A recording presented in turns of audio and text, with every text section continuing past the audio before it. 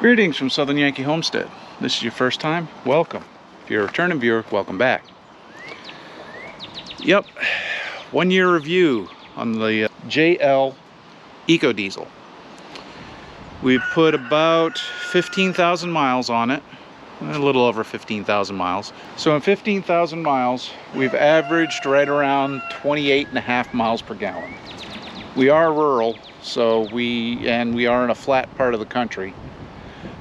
So we really do get the best fuel mileage because, well, we don't have a whole lot of elevation or temperature swings. Best mile per gallon has been 35 miles per gallon. That was a trip up to New York City. Worst was in New York City, which we got somewhere around 24.5, 25 miles per gallon. Towing was actually a surprise. So as you can see, we also did a little towing, had the Jeep in the last year. Actually, this came about just right, and the goats in the background are not happy. So if you're getting a lot of audio over through by the goats, well, Hun is clipping their hooves, and it's a little late in the afternoon, so they're less than stellar about it. They're being very boisterous. So as I said, we did get to do some towing with this.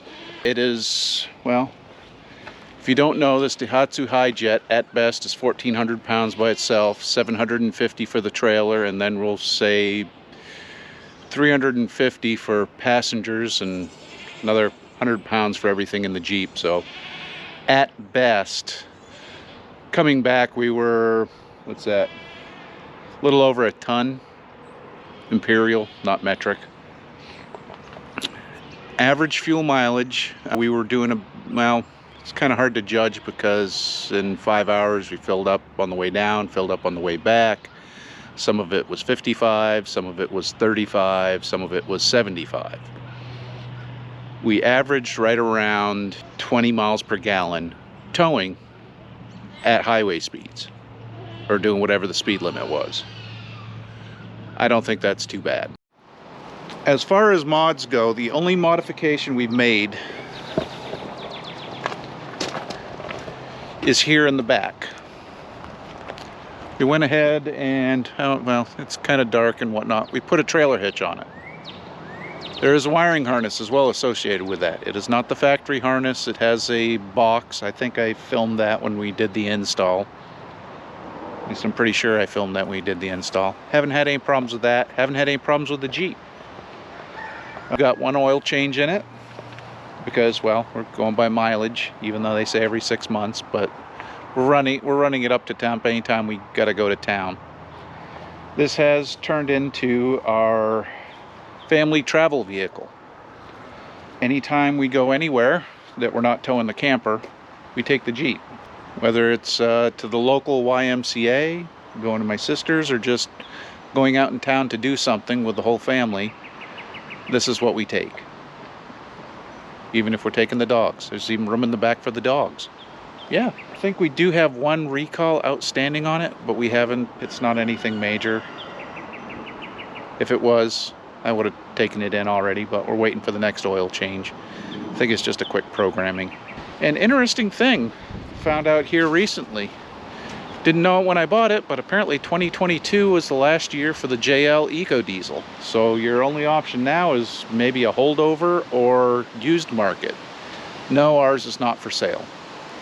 Seems Chrysler's doubling down on the 4xe and the 3.6, which I don't like either of those options. I think you can still get the 392 though if you're really nice. Talk about lack of fuel mileage. Woo. Other than that, we have been very surprised, very happy with this. It's been a great family vehicle for us. Plenty of room, plenty of fuel mileage. It does have, I will say, people complain because it handles like a Jeep.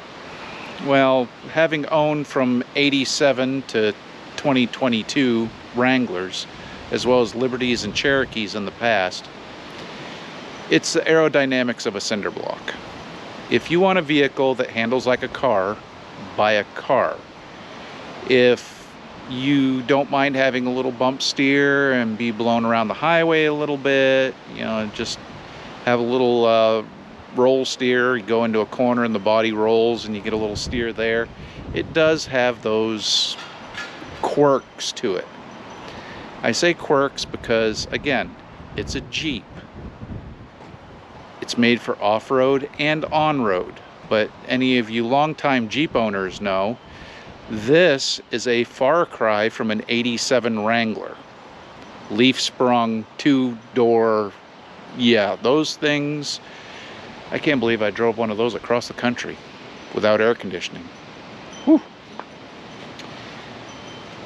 They have some handling characteristics that are a little bit spotty. But again, it's a Jeep. If you want a vehicle that handles like a car, buy a car. If you want a rag top and be able to jump over the curbs at the mall, buy a Jeep. Probably jumping the curbs is a bad idea. Driving over would be better. You jump them, you end up doing damage. Anyhow, I don't know what to say. The big thing is, we like it, we're keeping it, it's not going anywhere, and it's staying red and mostly unmodified. Mostly. Have a couple ideas, but that's way, way down the road right now. Hope you enjoyed this video. Please like, comment, and subscribe, and you'll see us on the next one. Bye.